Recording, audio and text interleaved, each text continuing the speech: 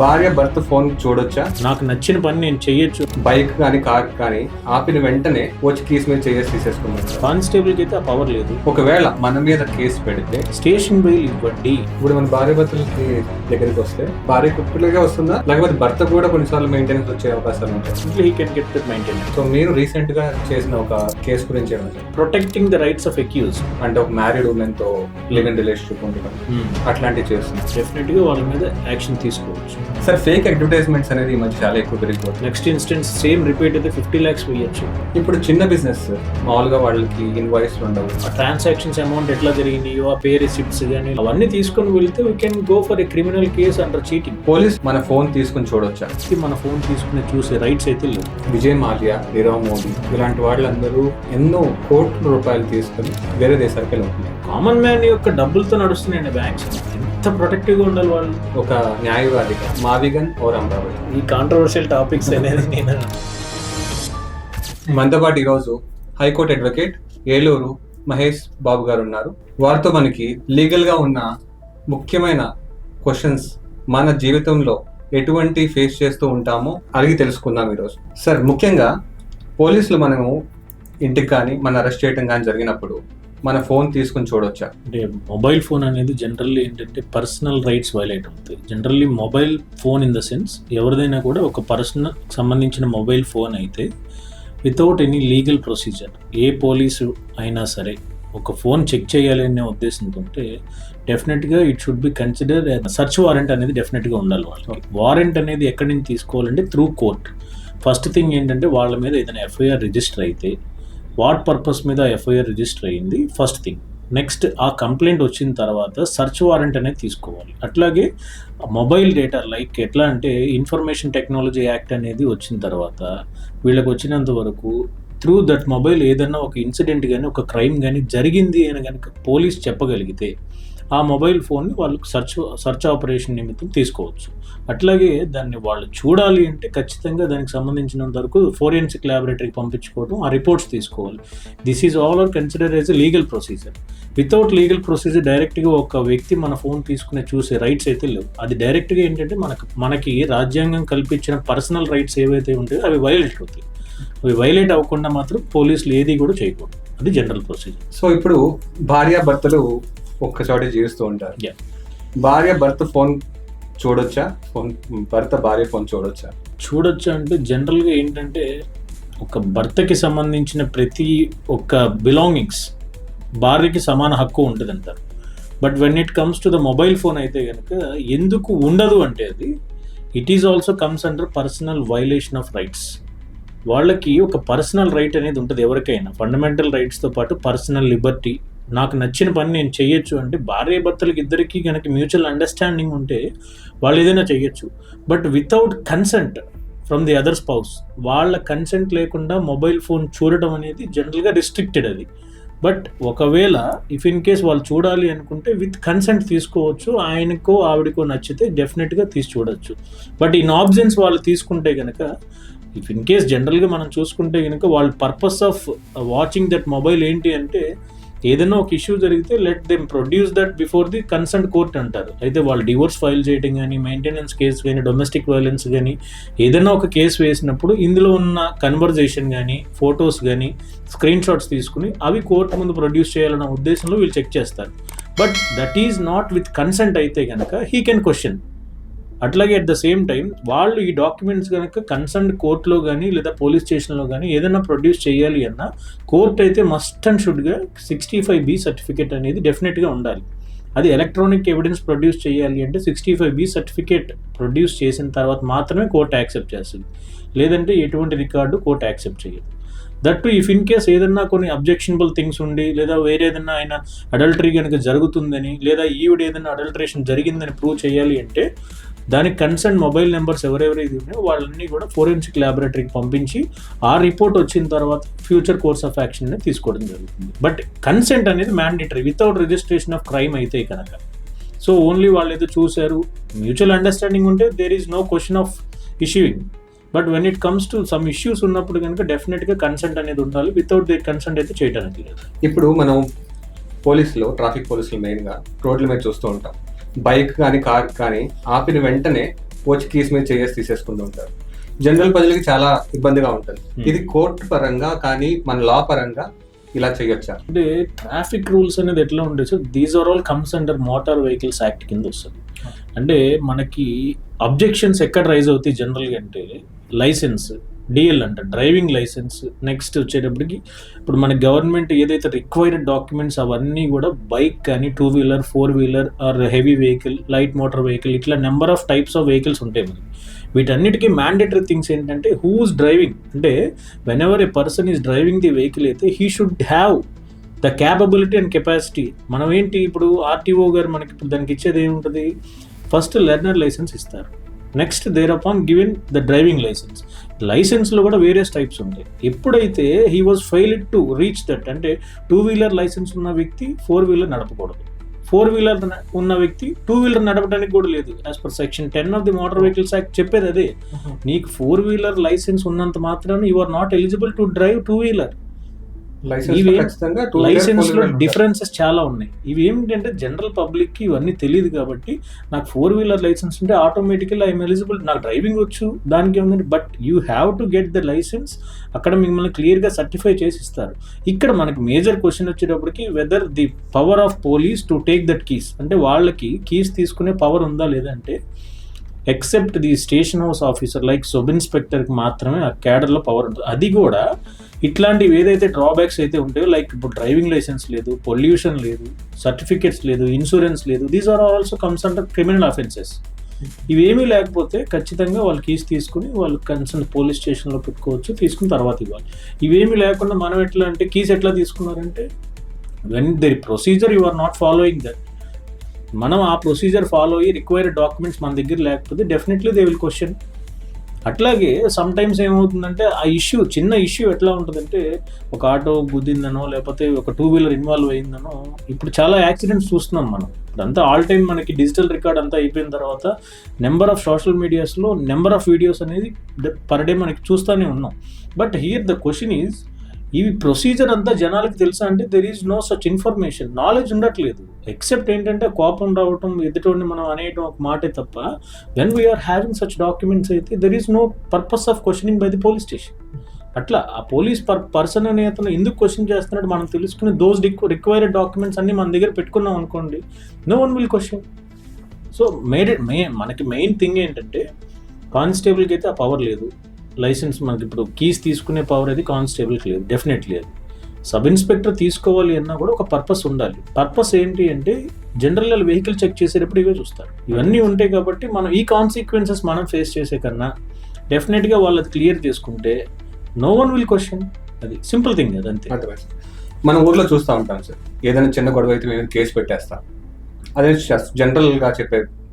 ఒకవేళ మన మీద కేసు పెడితే తీసుకోవాల్సిన ఫస్ట్ స్టెప్స్ ఏంటి అంటే ఇక్కడ కేసెస్ అంటే sir compoundable offences, non compoundable offences. ఏదైనా ఒక అఫెన్స్ రిజిస్టర్ అయినప్పుడు some offences will be treated as grievous in nature, some offences will nature as simple in nature. అంటే ఇక్కడ ఎట్లా ఉంటుందంటే like rape, murder, attempt to murder, grievous అట్లా 324, 323 section, 307, 302, 300 ఇవన్నీ ఏంటంటే చాలా గ్రీవియస్ అఫెన్సెస్. అవి అన్నిటికీ కూడా అబోవ్ 7 years ఆఫ్ పనిష్మెంట్ ఉంటుంది. సుప్రీంకోర్టు స్పెసిఫిక్ గైడ్లైన్స్ ఏమి ఇచ్చారు అంటే whenever any offence register అయినప్పుడు that offence is below 7 years punishment ఉంటే కనుక స్టేషన్ బెయిల్ ఇవ్వండి. స్టేషన్ బెయిల్ అంటే మీనింగ్ ఏంటంటే పోలీసులు during course of investigation 41A notice ఇస్తారు. దాన్ని ఇప్పుడు బిఎన్ఎస్ కొత్తగా యాక్ట్ వచ్చిన తర్వాత 35(3) అంటున్నారు. ఇట్లాంటి వచ్చినప్పుడు ఎప్పుడైనా ఒక వ్యక్తి మీద ఒక క్రిమినల్ కేసు రిజిస్టర్ అయితే ఫస్ట్ అతను తెలుసుకోవాల్సింది ఏంటంటే purpose of registration of crime ఏంటి, అఫెన్సెస్ ఏంటి. అట్లాగే every accused has a right to get a copy of the FIR. అది తెలుసుకోరు జనరల్గా ఎవరు కూడా. వీళ్ళకి ఏమవుతుందంటే పోలీసులు పిలిస్తే మేము ఎందుకు రావాలి అంటారు. జనరల్ అంటే వాళ్ళకి ఆ నాలెడ్జ్ ఉండదు. But it is the duty of the public when ever A call received from the concern police station అయితే దే కెనాట్ రిఫ్యూజ్. వాళ్ళు రిఫ్యూజ్ చేయడానికి వాళ్ళకి అసలు ఛాన్స్ లేదు. వాళ్ళు ఇఫ్ ఇన్ కేస్ వాళ్ళకి ఏదైనా అప్రహెన్షన్ ఆఫ్ అరెస్ట్ ఉంది అంటే కనుక లీగల్ అడ్వైజ్ ఉంటుంది. ఒక లీగల్ అడ్వకేట్ని తీసుకెళ్ళండి. అడ్వకేట్ ఇన్ ద సెన్స్ ఏంటంటే నార్మల్గా నేను some times it is acceptable. ప్రొఫెషన్లో అందరూ ఒకలాగే ఉంటారని లేదు. ఒక మైండ్ సెట్ని బట్టి ఒక్కొక్కరు చేంజ్ అవుతూ ఉంటారు. బట్ ఇక్కడ ఓన్లీ థింగ్ ఏంటంటే ప్రొఫెషన్లో కొంచెం వాల్యూస్ ఉన్న వ్యక్తి అయితే డెఫినెట్గా he'll go to the police station and he only concern about protection of his క్లయింట్ని ప్రొటెక్ట్ చేయాలనే ఉద్దేశంతో స్టేషన్కి వెళ్తారు. మీకు ఎప్పుడన్నా అప్రహెన్షన్ ఆఫ్ అరెస్ట్ అన్న భయం ఉంటే ఇమీడియట్గా ఒక అడ్వకేట్ని అప్రోచ్ అవ్వండి, ఆయన తీసుకుని పోలీస్ స్టేషన్కి వెళ్ళండి, మీరు ఇన్వెస్టిగేషన్కి కోఆపరేట్ చేస్తారని చెప్పండి. ఇట్లాంటి కేసెస్లో అయితే కనుక డెఫినెట్గా అరెస్ట్ అన్న క్వశ్చన్ ఉండదు. ఈవెన్ హీనియస్ క్రైమ్లో మీ ఇన్వాల్వ్మెంట్ ఏంటి, మీ మీద వచ్చిన ఎక్విజిషన్స్ ఏంటి, అట్రిబ్యూషన్స్ ఎట్లా ఉన్నాయి, ఇవన్నీ కూడా పరిశీలిస్తారు. మీరు ఇన్వెస్టిగేషన్ కోఆపరేట్ చేస్తే there is no necessity of arrest. Even bail ఇచ్చినా సరే మీరు ఎప్పుడైనా హైకోర్టు అని, సుప్రీంకోర్టు కానీ, డిస్ట్రిక్ట్ కోర్ట్స్ కానీ, స్పెషల్ కోర్ట్స్ కానీ బెయిల్ ఇచ్చేటప్పుడు సర్టెన్ కండిషన్స్ ఇస్తారు. The accused shall proceed with investigation and he will cooperate to the investigation. Main condition అదే. అట్లాగే he cannot tamper the evidence, ప్రభావితం చేయకూడదు వ్యక్తుల్ని. సో ఈ కండిషన్స్ అనేది డైరెక్ట్గా పోలీసులు కూడా ఇవ్వచ్చు స్టేషన్ బెల్ ఇచ్చినప్పుడు. బట్ మనం అవన్నీ తెలుసుకోకుండా మనం డైరెక్ట్గా వెళ్ళి నా మీద కేసు ఎట్లా పెట్టారు, మీకేం తెలుసు దీని గురించి అన్న క్వశ్చన్ చేసే రైట్ లేదు. ఇఫ్ ఇన్ కేస్ అది ఫాల్స్ కేసు అనుకోండి, అప్పుడు సినారియో వేరు. But when it comes to registration of crime అయితే don't refuse to go police station. మీరు మిమ్మల్ని ప్రొటెక్ట్ చేసుకోవాలంటే డెఫినెట్గా ఒక అడ్వకేట్తో కలిసి వెళ్ళండి, మిమ్మల్ని ప్రొటెక్ట్ చేసినట్టు అవుతుంది. అక్కడ మీకు ఇబ్బంది లేకుండా ఆయన చూసుకుంటారు. సార్ ఇప్పుడు విడాకుల దాంట్లోకి వస్తే మెయిన్గా భార్యాభర్తలు విడాకులు తీసుకున్న తర్వాత మెయింటెనెన్స్ అనేది లేడీస్కి వస్తుంది. ఎటువంటి సిచ్యువేషన్స్లో ఈ మెయింటెనెన్స్ అనేది వస్తుంది? ఇక్కడ మెయింటెనెన్స్ డివోర్స్కి వచ్చేటప్పటికి జనరల్లీ మనం రీసెంట్గా అబ్జర్వ్ చేసినట్టయితే నెంబర్ ఆఫ్ డివోర్స్ కేసెస్ అనేది ఫైల్ అవుతుంది కేసెస్లో. ఈ కోర్ట్స్లో కూడా బర్డెన్ పెరిగిపోయేది most of the family disputes వల్లే.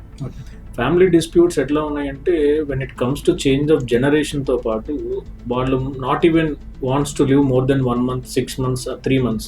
ఇట్లా from the date of marriage ఎట్లా ఉంటుందంటే వాళ్ళు నేను ఇతనితో మింగిల్ అవ్వలేకపోతున్నాను, లేదా ఈ అమ్మాయి నాకు అడ్జస్ట్ అవ్వట్లేదు. వాళ్ళు ఏంటంటే సర్టెన్ బౌండరీస్ అనేది ఫిక్స్ చేసుకున్నారు. సో నా మైండ్ సెట్ ఇంతే, నేను ఇంతకు మించి చేంజ్ చేసుకోలేను.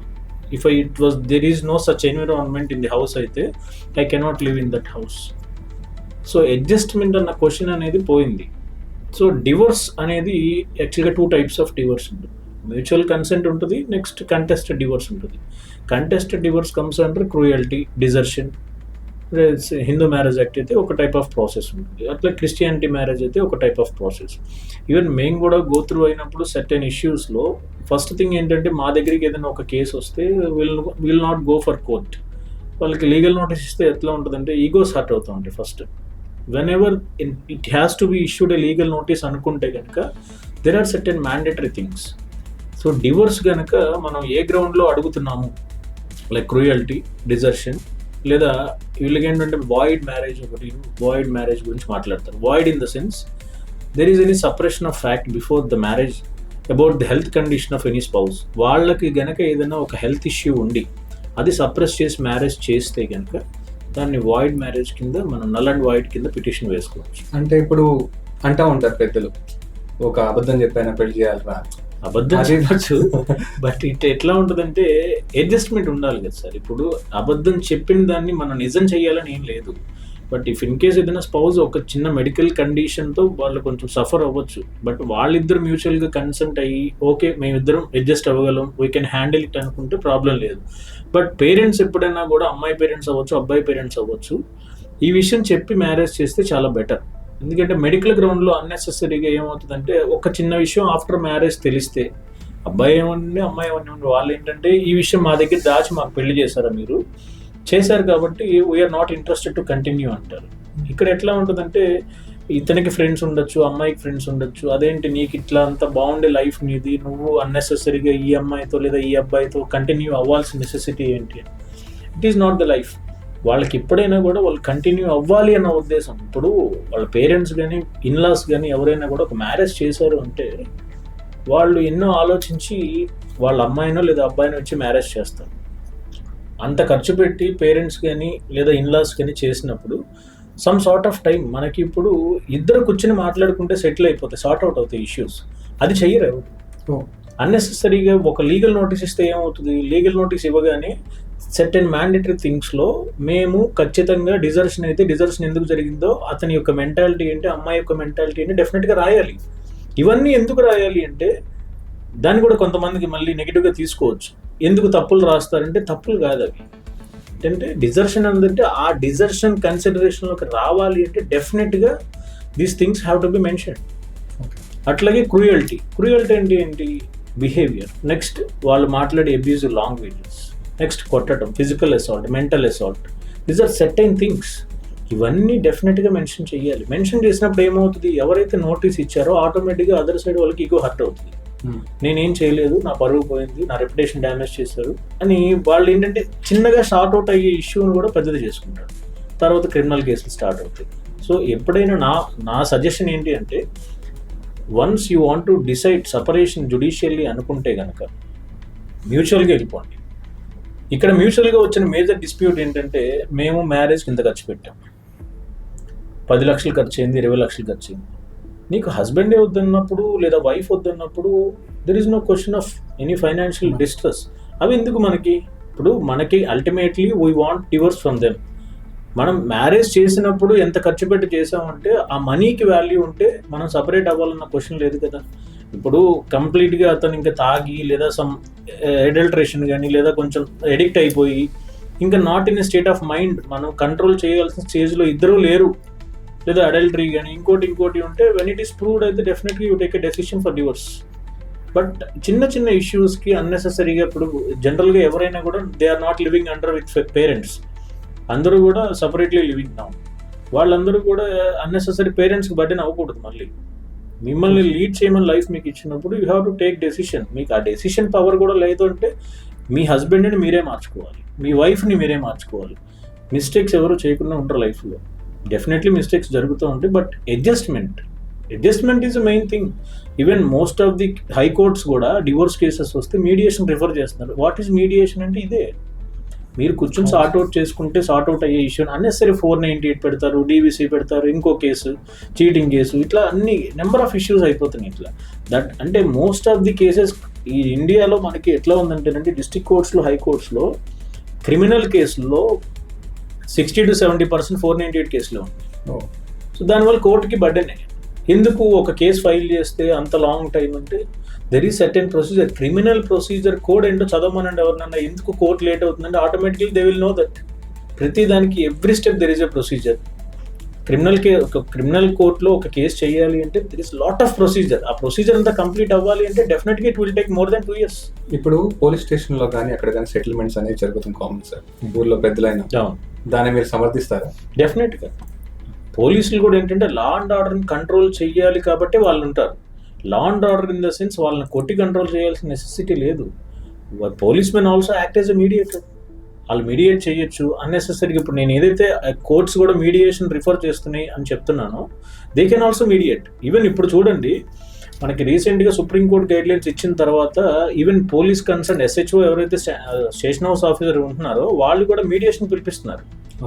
మీడియేషన్ పిలిపించి అంటే ఓన్లీ ఫ్యామిలీ ఇష్యూస్లో, అట్లాగే పెట్టి ఇష్యూస్లో చిన్న కేసెస్ ఉంటాయండి. ఇప్పుడు అతను నన్ను కొట్టాడు, తిట్టాడు అంటారు. దానికి క్రిమినల్ కేసు రిజిస్టర్ అయితే దాని తర్వాత వచ్చే కాన్సిక్వెన్సెస్ వాళ్ళకి తెలియదుగా. ఒక క్రిమినల్ కేసు, ఒక కంప్లైంట్ మనం ఫైల్ చేస్తే డెఫినెట్గా మనం పోలీస్ స్టేషన్ నుంచి కోర్టుకి వెళ్ళొద్దు. ఛార్జ్షీట్ అయిన తర్వాత కోర్టుకి వెళ్ళాలి, కోర్టుకి అటెండ్ అవ్వాలి, విట్నెస్లను తీసుకురావాలి, ఎగ్జామిన్ చేయాలి, ఇంత ప్రొసీజర్ ఉంటుంది. వాళ్ళు డైరెక్ట్గా వచ్చి రిజిస్టర్ చేస్తారో నాకు తెలియదు, అతని మీద నేను డెఫినెట్గా యాక్షన్ తీసుకోవాలి, మీరు క్రిమినల్ కేసు కట్టాల్సిందే అంటారు. కట్టినప్పుడు what are the consequences? They are just forgetting. అంటే వాళ్ళకి తెలీదు.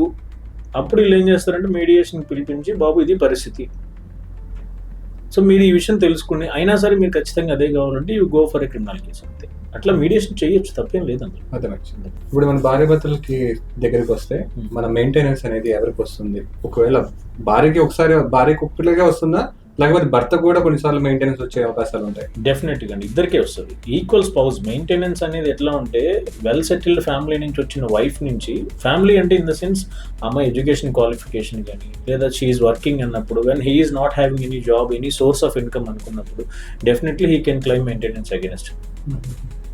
అది ఓన్లీ భర్తే ఇవ్వాలి, భర్త ఇవ్వకూడదంటే దీస్ ఆర్ లాస్. అంటే మనకి జనరల్గా 125 CRPC మెయింటెనెన్స్ ఏంటంటే, ఇది వరకు ప్రీవియస్ జనరేషన్లో మనకి there is no such working women లేనప్పుడు they are completely depending on the income of the husband. ఇప్పుడు అట్లా లేదు కదా, situation is changed. Even working women అన్నప్పుడు మనకి ఇక్కడ రీసెంట్గా సుప్రీంకోర్టు ఒక జడ్జ్మెంట్లో అసెట్స్ అండ్ లైబిలిటీస్ అని ఒక గైడ్ లైన్స్ ఇచ్చారు ఫ్యామిలీ కోర్ట్స్ అన్నిటికీ.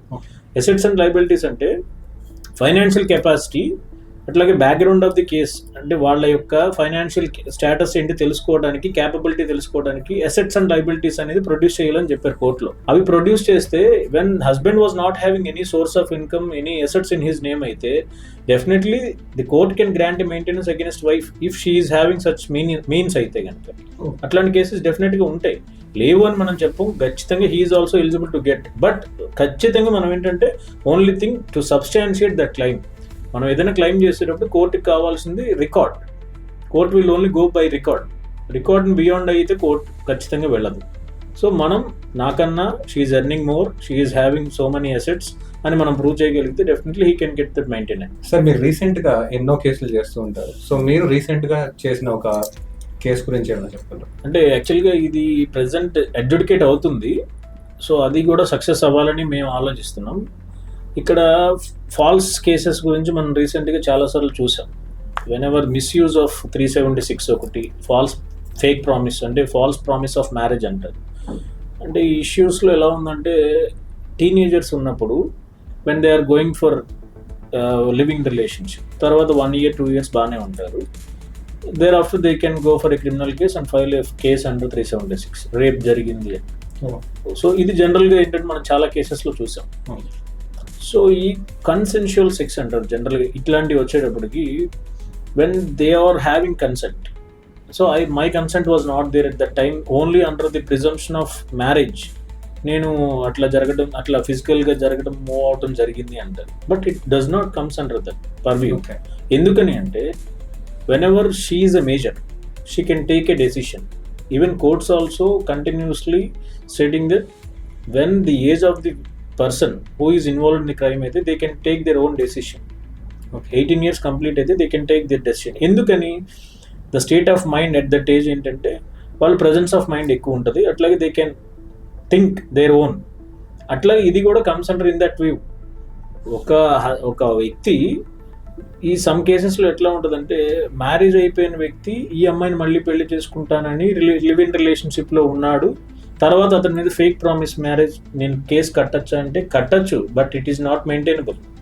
డెఫినెట్లీ ఒక పాయింట్ ఆఫ్ టైంలో అది హైకోర్టు కానీ లేదా మన అంటే క్వాష్ ఫైల్ చేయాల్సి వస్తే డెఫినెట్గా it will go. Consensual sex అనేది ఉంది లేదు అని ఇప్పుడు వన్స్ మ్యారేజ్ అయిన తర్వాత without giving divorce to the first wife he cannot go for second marriage. It is not a legally valid marriage. Next ఈ కేసెస్కి వచ్చేటప్పటికి వాళ్ళు ఫేక్ ప్రామిస్ ఆఫ్ మ్యారేజ్ అంటే ఈ కేసెస్లో జరిగితే హైకోర్టు కానీ సుప్రీంకోర్టు కానీ దాన్ని ఐడెంటిఫై చేసి ఇది ఫాల్స్ కేస్ లేదా ఫేక్ ఫ్యాబ్రికేటెడ్ అన్న ఉద్దేశంతో ఉండి క్వాష్ చేస్తే మేము ఒక లీగల్ ఇష్యూ గురించి ఫైట్ చేస్తున్నాం. నేను అంటే పర్సనల్గా I'm filed A case. Okay, so ఆ కేసు గురించి నేను ఇప్పుడు డిస్కస్ చేస్తున్నాను. ఈ ఇష్యూస్లో నేను ఏంటంటే protecting the rights of accused. Whenever he was honorably acquitted from the court. Honorable acquisition అంటే ఏంటి అంటే ఒక ఫాల్స్ కేసు నా మీద రిజిస్టర్ అయినప్పుడు నేను త్రూ కోర్ట్ నా మీద ఉన్న కేసు గనక ఎక్విట్ చేసుకోగలిగితే, జనరల్లీ మనకు ఇప్పుడు ప్రీవియస్గా ఎప్పుడైనా ఒక కేసులో నేను ఎక్విట్ అయినా క్రిమినల్ అఫెన్స్ అట్లాగే ఉంటుంది. అట్లాగే గూగుల్లో నేను ఎప్పుడైనా ఆఫెన్స్ చూస్తే నా నేమ్ రిఫ్లెక్ట్ అవుతూ ఉంటుంది. ఇప్పుడు గూగుల్లో చూడండి లైక్ 302 కానీ వేరే కేసెస్లో నన్ను ఫాల్స్ కేసులో ఇన్వాల్వ్ చేసినప్పుడు నేను నా నేమ్ సెర్చ్ కానీ లేదా ఇంకో విధానంగా కానీ ఏదైనా చేస్తే my name was reflecting there. Even నేను ఎక్విట్ అయిపోయిన తర్వాత కూడా ఆల్ క్రిమినల్ కేస్ రికార్డ్స్ అన్ని కూడా వానిష్ అయిపోయిన తర్వాత కూడా my name was reflecting in the media. మీడియాలో మనం ఇప్పుడు ఎవరైనా పేరు సెర్చ్ చేస్తే కేస్ నెంబర్ వస్తుంది, ఏ కోర్టులో ఉన్నదో వస్తుంది, అఫెన్స్ ఏంటో వస్తుంది, ఎక్కడ అఫెన్స్ జరిగింది, ఇవన్నీ కూడా మ్యాండేటరీగా వచ్చేస్తున్నాయి. అట్లాగే ఇక్కడ కోర్ట్ ఏంటంటే when it comes to women, children, వాళ్ళ నేమ్స్ అనేది మాస్క్ చేస్తారు. ఎందుకని their identity should be protected under digital act. ఇక్కడ ఏమవుతుందంటే we are fighting for digital act for the persons who got acquitted from the courts. ఒక అబ్బాయి గనక కోర్టు ద్వారా హానరబుల్గా ఎక్విట్ అయితే అతని రైట్స్ ఎట్లా వైలేట్ చేస్తారు? స్టిల్ ఎక్విట్ అయిపోయిన తర్వాత కూడా his name should not be reflected in the records. అదొకటే మన కంటెన్షన్. Very true. ఆ ప్రొటెక్షన్ కోసం వీఆర్ ఫైటింగ్ ఫర్ ఇట్.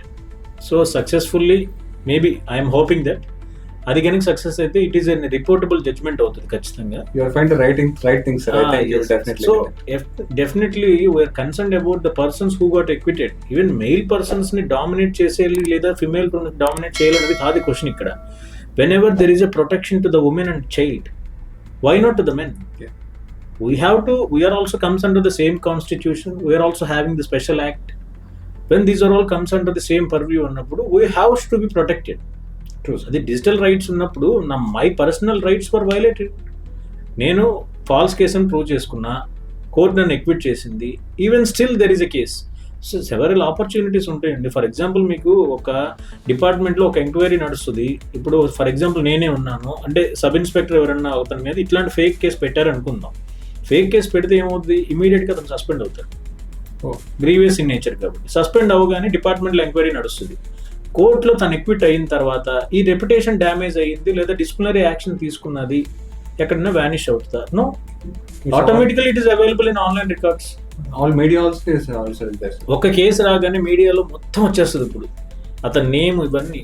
అట్లాగే ఎక్విట్ అయినప్పుడు ఇట్లాంటివన్నీ ఏమవుతున్నాయి మీరు చాలా కేసెస్లో చూస్తారు. అంటే ఇప్పుడు Delhi high court protecting the rights of celebrities అంటారు. వాట్ ఇట్ మీన్స్ అంటే they personal rights will be protected through court. Face morphing కానీ ఏఐ వీడియోస్ కానీ ఇవన్నీ జనరేట్ చేయకుండా కోర్ట్ ప్రొటెక్ట్ చేస్తుంది రైట్స్. అట్లాంటి రైట్స్ ఒక హ్యూమన్ బీయింగ్ ఉన్నప్పుడు why can't they protect the rights of an accused who got acquitted from the court? ఇది మన కంటెన్షన్ అంతా. సో అది ఇన్ కేస్ సక్సెస్ అయితే డెఫినెట్లీ దీని మీద నేను డెఫినెట్గా ఓపెన్గా వీడియో చేస్తాను. అండ్ వైఫ్ అండ్ హస్బెండ్ సంబంధిత క్వశ్చన్లకు వస్తే ఇంకా ఏంటంటే కొంతమంది young people of my age or 20-25 age సంబంధాలు అనేది అక్రమ సంబంధాలు అనేది ఈ మధ్య కామన్ అయిపోయింది. అంటే ఒక మ్యారీడ్ ఉమెన్తో లివ్ ఇన్ రిలేషన్షిప్ ఉండటం అట్లాంటివి చేస్తున్నారు. సో ఇప్పుడు ఇట్లాంటి టైంలో వాళ్ళ హస్బెండ్ అనేవాళ్ళు వచ్చి ఇప్పుడు ఈ యంగ్ పర్సన్ మీద కేసు పెట్టచ్చు. ఓకే, అంటే మనకి వైఫ్ అండ్ హస్బెండ్ డిస్ప్యూట్స్ వస్తే 498 కానీ డొమెస్టిక్ వైలెన్స్ కానీ లేదంటే మెయింటెనెన్స్ ఇవి కేసెస్ ఎప్పుడు కూడా ఇన్ బిట్వీన్ స్పౌజెస్ ఉంటాయి. వీళ్ళిద్దరి మధ్యలో ఒక థర్డ్ పార్టీ కనుక ఇన్వాల్వ్ అయితే బిగామీ అంటారు. అంటే వీళ్ళు అడల్టరేషన్ అనేది ఉంది అని ప్రూవ్ చేయగలిగితే డెఫినెట్గా వాళ్ళ మీద యాక్షన్ తీసుకోవచ్చు. సో అంటే ఇప్పుడు మనం తీసుకోవచ్చా లేదా అనేది డిస్కస్ చేయాల్సి వస్తే కనుక డెఫినెట్గా తీసుకోవచ్చు వాళ్ళ మీద. బట్ ఈ రోజుల్లో జనరల్గా మనం చాలా చూస్తున్నాం అట్లాంటివి. వాళ్ళు ఏంటంటే ఫ్యామిలీలో వైఫ్ అండ్ హస్బెండ్ దగ్గర ఉన్న ఇష్యూస్ అన్ని మర్చిపోయి they are going for adulteration. That adulteration itself is a criminal offence. అది డెఫినెట్లీ దే విల్ అట్రాక్ట్. భార్యాభర్తలు వాళ్ళ ఫోన్లు చూస్తే నేరమా?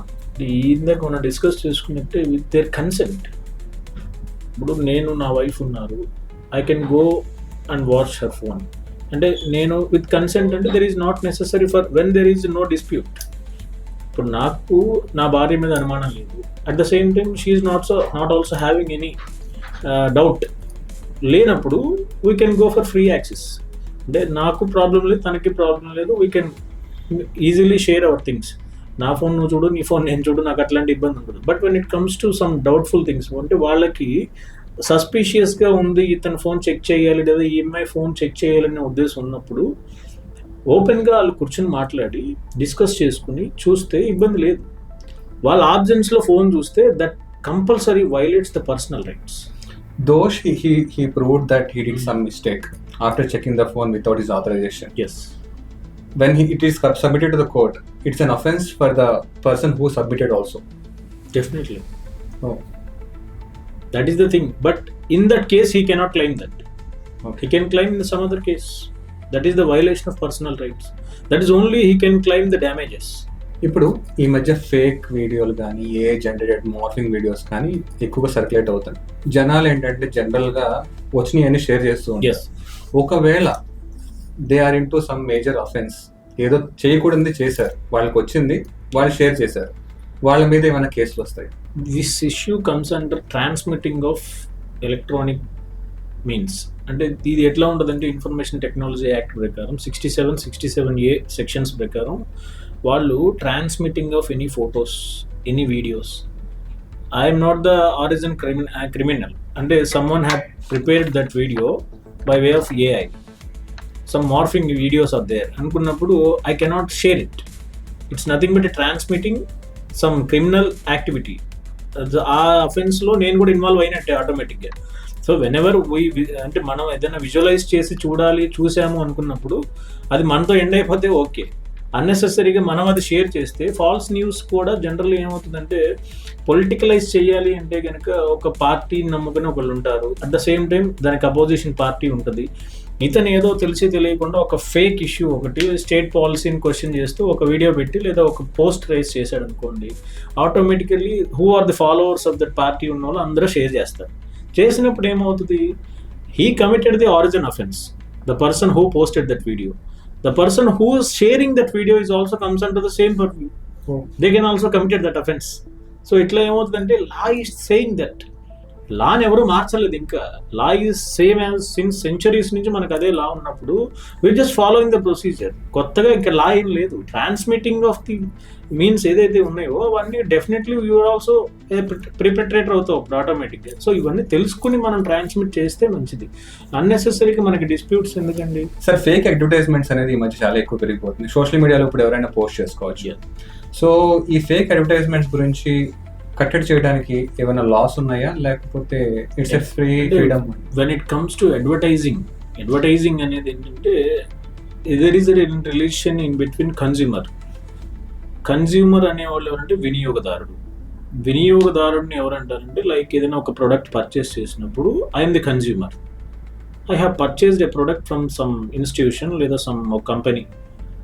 ఆ కంపెనీ నుంచి కానీ ఇప్పుడు like advertising of fake news is also comes under same purpose. ఇక్కడ ఎట్లా ఉంటుందంటే అడ్వర్టైజ్ చేయాలి అంటే they can take a topic తీసుకుని ఒక పర్టికులర్ ఇష్యూని వాళ్ళు ఇట్లా ఫ్రేమ్ చేసి అడ్వర్టైజ్ చేస్తూ ఉంటారు. అది ఫాల్స్ న్యూస్ అయితే కనుక they can go for consumer protection act and consumer ఫోరంలో ఒక పిటిషన్ పెట్టుకోవచ్చు and they can also claim the damages. ఇక్కడ ఇన్స్టెన్సెస్ ఉంటాయి. లైక్ ఫస్ట్ ఇన్స్టెన్స్లో 10 lakhs దాకా ఫైన్ వేయచ్చు. నెక్స్ట్ ఇన్స్టెన్స్ సేమ్ రిపీట్ అయితే 50 lakhs వేయచ్చు. They can file an application under consumer protection act 2019 amendment act ప్రకారం there are certain rules. The power of consumer forum is also there. So ఒక electronic media కానీ like ఎట్లా అంటే ఒక TV కానీ లేదా ఒక కార్ కానీ ఏదైనా ఒకటి మనం పర్చేస్ చేసినప్పుడు it is also comes under consumer act. వాళ్ళు కన్జ్యూమర్ కోర్ట్ని అప్రోచ్ అవ్వచ్చు. స్టేట్ కన్జ్యూమర్ ఫోరం తర్వాత అంటే appellate authority, state consumer forum, next national consumer forum. ఇట్లా ఏంటంటే 3 steps ఉంటాయి. అవన్నీ కూడా అయిపోతే directly they can approach again to the court. But these are all issues comes under the consumer protection act. So consumer protection act లో కొన్ని కేసులు ఎంత టైం తీసుకుంటాయి సార్ జనరల్ గా? అంటే జనరల్లీ ఇప్పుడు మనకి మెడికల్ నెగ్లిజెన్స్ ఉంటుంది. మెడికల్ నెగ్లిజెన్స్ కేసెస్ కూడా కన్జ్యూమర్ ప్రొటెక్షన్ యాక్ట్ కింద ఫైల్ చేస్తారు. Because the patient is also comes under consumer. అట్లాగే కొన్ని కేసెస్లో పర్సనల్ యాక్సిడెంట్ కవరేజెస్ ఉంటాయి, పిఏ కవరేజ్ అంటారు.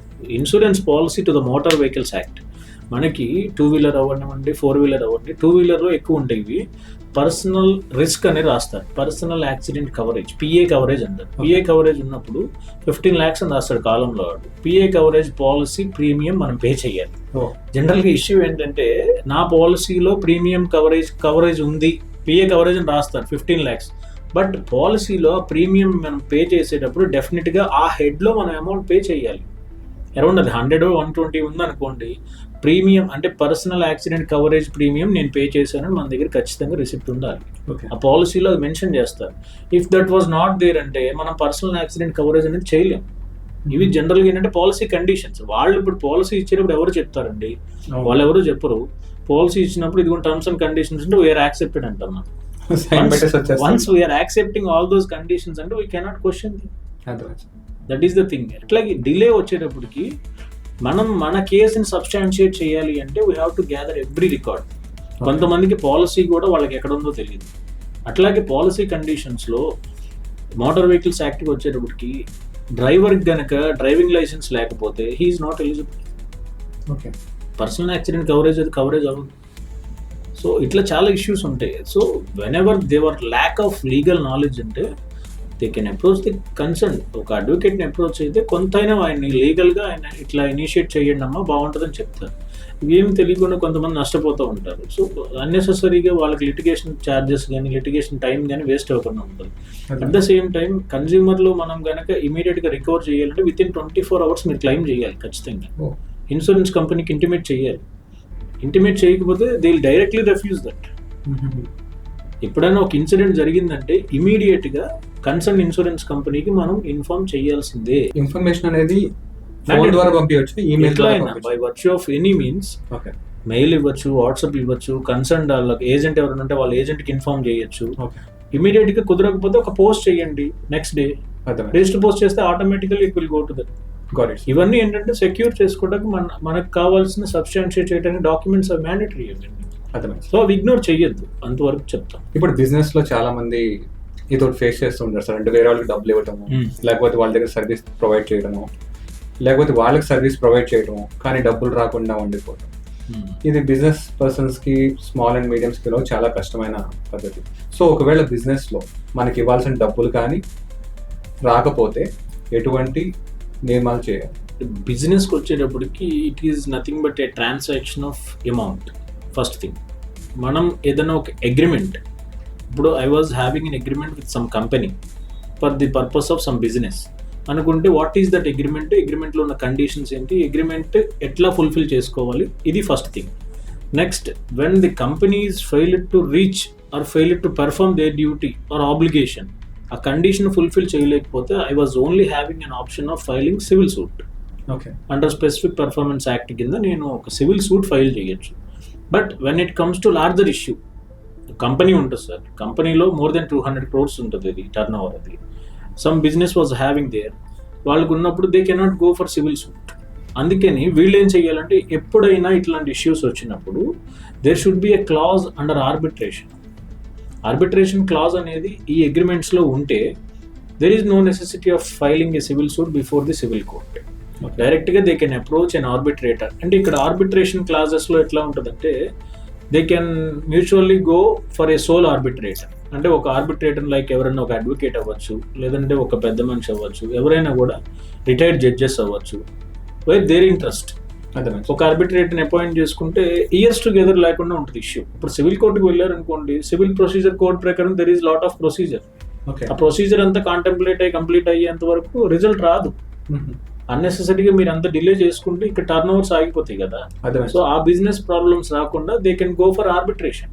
ఆర్బిట్రేషన్ అయితే మహా అయితే 2-3 sittings లో అయిపోతుంది అది. సో ఆయన ఏంటంటే దాన్ని మీ న్యూట్రలైజ్ చేస్తారు, ఇష్యూని మీడియేట్ చేసి క్లోజ్ చేసేస్తారు ఇంకా. So they have to bind on that. ఇది ఫైనల్ అక్కడ. ఇప్పుడు చిన్న బిజినెస్ సార్, మామూలుగా వాళ్ళకి ఇన్వాయిస్లు ఉండవు, ఏమి ట్రాన్సాక్షన్స్ అనేది కానీ అగ్రిమెంట్స్ అనేవి ఏమి ఉండవు. సో ఇట్లాంటప్పుడు మోసపోతే ఏం చేయగలరు వాళ్ళు? థింగ్ బట్ ఇక్కడ ఏమవుతుందంటే, whenever there is no agreement అంటే we cannot claim that. Agreement is very mandatory. Even it is 1 lakh business అయినా 50,000 బిజినెస్ అయినా agreement is compulsory. If in case మహా అయితే మనం ఏం చేయగలం, ఆ ట్రాన్సాక్షన్స్ అమౌంట్ ఎట్లా జరిగినాయో, ఆ పే రిసిప్ట్స్ కానీ, లేదా అమౌంట్ మనం డిపాజిట్ చేసింది కానీ, ఇలా ఎట్సెట్రా థింగ్స్ ఉంటాయి. అవన్నీ తీసుకొని వెళ్తే we can go for a criminal case under cheating. But we cannot claim. తర్వాత రికవరీ ఆఫ్ అమౌంట్ అనేది మనం ఏదైతే వాళ్ళకి పే చేసామో త్రూ కోర్ట్ ఆఫ్ లో వెళ్ళొచ్చు. బట్ బిజినెస్ స్టాండర్డ్స్ రీచ్ అవ్వాలి అంటే మస్ట్ అండ్ షుడ్గా ఒక అగ్రిమెంట్ అనేది డెఫినెట్గా అవసరం. అది మీకు ఎప్పుడైనా ఒక అగ్రిమెంట్ ఉంటే మన ఇష్యూని సార్ట్ అవుట్ చేసుకుంటానికి చాలా ఈజీ అవుతుంది. Whenever there is no such agreement అయితే we cannot claim legally. Legal in the sense document in the sense agreement. In absence of such agreement అయితే వీ కెనాట్ క్లైమ్. ఇక్కడ మనం civil and normal చెప్పుకున్నాం sir, civil case ఒకటి, criminal case ఒకటి అంటే చెప్పుకున్నాం. మామూలుగా బిజినెస్ అగ్రిమెంట్ ప్రకారం వెళ్తే సివిల్ కేసు, నార్మల్గా అయితే క్రిమినల్ కేసు పెట్టుకోవచ్చు. కానీ క్రిమినల్ కేసే పెద్దది అనిపిస్తుంది జనానికి. సో కానీ ఇక్కడ సివిల్ కేసు అనేది చాలా టైం పడుతుంది. సో ఇది రెండు డిఫరెన్స్ ఏంటి సార్? మామూలుగా సివిల్ కేసు అంటే ఇన్ బిట్వీన్ ప్రైవేట్ పార్టీస్ అండి. Private parties like money transactions కానీ, ఎగ్జిక్యూషన్ ఆఫ్ డీడ్స్ కానీ, ఎగ్జిక్యూషన్ ఆఫ్ డాక్యుమెంట్స్ కానీ, క్యాన్సిలేషన్ ఆఫ్ డీడ్స్ కానీ, ఇట్లాగా money transactions, promissory note cases, ఇట్లా సెవరల్ థింగ్స్ ఉంటాయి. Like partition, family disputes, even wife and husband divorce case also comes under civil. It does not comes under, అంటే quasi judiciary ఉంటుంది కొంతవరకు, but mostly it will civil. అట్లాగే partition suits అంటారు. Next specific performance, next వచ్చేటప్పటికి recovery of amounts, ఇట్లా promissory note ప్రకారం లేదా agreement execute చేయట్లేదని, ఇట్లా ఈ ఇష్యూస్ అన్ని సివిల్లోకి వస్తాయి. సివిల్లో ఎందుకంత లెందీగా ఉంటే, జనరల్గా ఏంటంటే మనం ఏ రిలీఫ్ అయితే అడుగుతామో ఇట్ కన్సిడర్ సివిల్లో ఏంటంటే విత్ సెక్షన్, ఆర్డర్స్, రూల్స్ అని ఉంటాయి. There are certain rules, certain orders. మనం ఒక పిటిషన్ క్లెయిమ్ చేయాలి అంటే we have to file that petition basing on the order and rule in the CPC. ఆ రూల్ ఫైల్ చేస్తేనే court can execute that. Without there being execution of that order or rule కానీ court cannot go further. అందుకని civil court చాలా lengthy procedure when it compares to civil criminal అయితే కనుక. Criminal procedure ఏంటి అంటే, criminal procedure part of the crime జరిగిన తర్వాత part of the investigation, part of the conclusion of the report will go by the police. వాళ్ళు ఏంటంటే some duty they complete that and they submit a final report before the concern court. అక్కడ వరకు ఏమవుతుందంటే accused ఎవరు, evidences ఏంటి, next ఏదైనా material objects ఉన్నాయా, next witnesses ఎవరు, అట్లాగే ఏదైనా ఫోరెన్సిక్ ల్యాబొరేటరీ రిపోర్ట్స్ ఉన్నాయా, ఇట్లా సర్టెన్ థింగ్స్ ఉంటాయి. అవన్నీ ఏంటంటే వీళ్ళు కలెక్ట్ చేసేసి ఫైనల్ రిపోర్ట్ ఒక ఛార్జ్ షీట్ ఫైల్ చేసి that will be placed before the concern court. Then court ఏంటంటే సమన్స్ ఇష్యూ చేస్తారు, నెక్స్ట్ ప్రొసీజర్ స్టార్ట్ అవుతుంది. సార్, రైతు భూమికి దారి ఇవ్వలేకపోతాడు కొన్నిసార్లు. కొంతమంది పొలాలు వెనకాల ఉంటాయి, మధ్యలో ఉంటాయి. ఇప్పుడు ఈ మధ్య ఈ మధ్య లా కూడా వచ్చింది ఒకటి, ఏంటంటే రైట్ ఆఫ్ వే. సో ఖచ్చితంగా దారి ఇవ్వాల్సిందే ముంగులో ఉన్న రోడ్ సైడ్ ఉన్న వాళ్ళ పొలాలు. ఇట్లాంటి కేసెస్ వచ్చినప్పుడు ఎట్లా సాల్వ్ చేసుకోవచ్చు? Generally sir, these are all comes under easement rights అంటారు. అంటే ఈజ్మెంట్ రైట్స్లో ఎవరన్నా ఒక భూమికి వెనకాల ఉన్న భూమిని కొనుక్కున్నప్పుడు ఫస్ట్ ఏంటంటే బౌండరీస్ చూసుకోవాలి. బౌండరీస్ చూసినప్పుడు weather there is any way, south కానీ నార్త్ కానీ ఈస్ట్ ఆర్ వెస్ట్, ఆ పర్టికులర్ ప్రాపర్టీకి లింక్ డాక్యుమెంట్స్ ఉంటాయి, అట్లాగే ప్రీవియస్ డాక్యుమెంట్స్ ఉంటాయి. ప్రతి డాక్యుమెంట్లో కూడా సేమ్ సెట్ ఆఫ్ బౌండరీస్ ఉన్నాయా లేదా ఫస్ట్ థింగ్ చూసుకోవాలి. ఓకే. నెక్స్ట్ వచ్చేటప్పటికి అక్కడ కనుక నడకదారి కానీ పాత్వే కానీ రోడ్డు కానీ లేకపోతే జనరల్లీ ఆ ప్రాపర్టీని రీచ్ అవ్వడానికి వాట్ ఈస్ ద వే అని మనం చూసుకోవాలి. జనరల్గా ఏంటంటే ఏదో ఒక దారి డెఫినెట్గా ఉంటుంది. ఇఫ్ ఇన్ కేస్ లేనప్పుడు ఏం చెయ్యాలి అంటే, మనం ఫస్ట్ ఎవరైతే ఈ రోడ్ వే నుంచి వెళ్ళే రైతు ఉన్నారో వాళ్ళ కన్సెంట్ లేకుండా మనం తీసుకోవాలి. ఇట్ ఈజ్ మై రైట్ అంటే కుదరదు. బౌండరీస్లో జనరల్గా నీ బౌండరీస్లో నీకు రోడ్ లేనప్పుడు we cannot claim that without the consent of that రైతు ఎవరైతే ఉన్నారో. ఆయన ఈజ్మెంట్ అంటే ఆయన రైట్స్ వైలేట్ అవుతాయి కదా. ఆయన ప్రాపర్టీలో నుంచి మీకు దారి ఇవ్వాల్సిన నెసెసిటీ లేదు. వాళ్ళందరూ మ్యూచువల్గా ప్రొసీడ్ అయ్యి ఇదిగోండి ఇంత 6 feet ఆఫ్ విడ్త్ నేను ఇట్లా మీకు దారి ఇస్తాను అని ఆయన చెప్తే ప్రాబ్లం లేదు. బట్ ఆయనకి రైట్ టు వే నాకు ఉంది, ఆ ప్రాపర్టీ నేను ఎట్లా కల్టివేట్ చేసుకుంటానంటే, మీకు ఈ ప్రాపర్టీస్ అని ప్రీవియస్గా ఏమవుతుందంటే లింక్ డాక్యుమెంట్స్లో అవన్నీ కూడా ఒకటే ఒకటే వెంచర్ కింద ఉంటుంది. వెంచర్ అంటే అగ్రికల్చర్ ల్యాండ్ కింద ఉంటాయి. అగ్రికల్చర్ ల్యాండ్గా ఉన్నప్పుడు ఇవి ఏంటంటే part of the property sale చేస్తూ ఉంటారు. సేల్ చేసిన ప్రతిసారి కూడా తూర్పు వైపు నడకదారి లేదా పడమర వైపు నడకదారి సో రాస్తూ ఉంటారు వాళ్ళు. అది ఇగ్నోర్ చేయకూడదు ఎప్పుడు. ఆ లింక్ డాక్యుమెంట్ పేరెంట్ డాక్యుమెంట్లో వన్స్ అది ఇగ్నోర్ అయ్యిందంటే అది క్యారీ అవుట్ అవ్వదు ఇంక నెక్స్ట్ డాక్యుమెంట్లోకి. సో డెఫినెట్గా అది ఒరిజినల్ పార్టీషన్ జరిగినప్పుడు నడకదారి కానీ పాత్వే కానీ ఎక్కడిచ్చారో చూసుకోవాలి. అది లేకుండా మనం క్లెయిమ్ చేయలేం ఎక్సెప్ట్ బై రిక్వెస్టింగ్ హిమ్. లా ఇది నాకు ఖచ్చితంగా ఇవ్వాలంటే ఇవ్వలేదు. లేదు అది తెలిసి ఈయన ఇగ్నోర్ చేశారనుకోండి, then definitely we can claim. ఇతను తప్పు రాసుకోవచ్చు, వాళ్ళు తప్పు రాసుకోవచ్చు.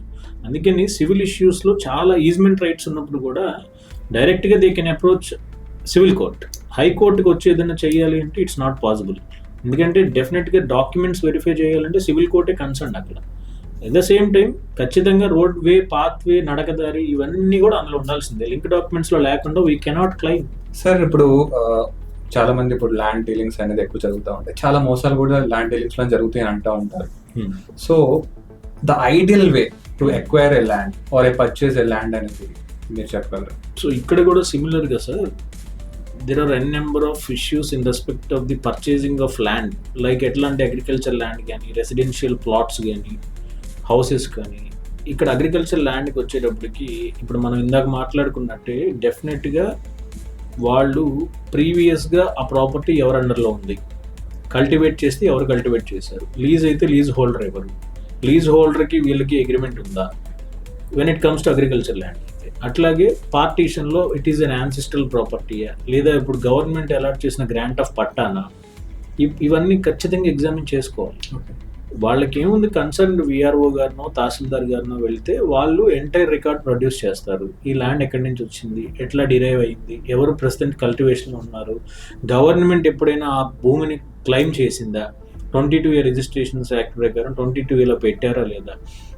అగ్రికల్చర్ ల్యాండ్ కొనాలంటే డెఫినెట్గా ఇవన్నీ చూసుకోవాలి. Okay. When it comes to residential plots అయితే, ఇండిపెండెంట్ ప్లాట్ అయితే డబుల్ రిజిస్ట్రేషన్ అన్న క్వశ్చన్ రావచ్చు.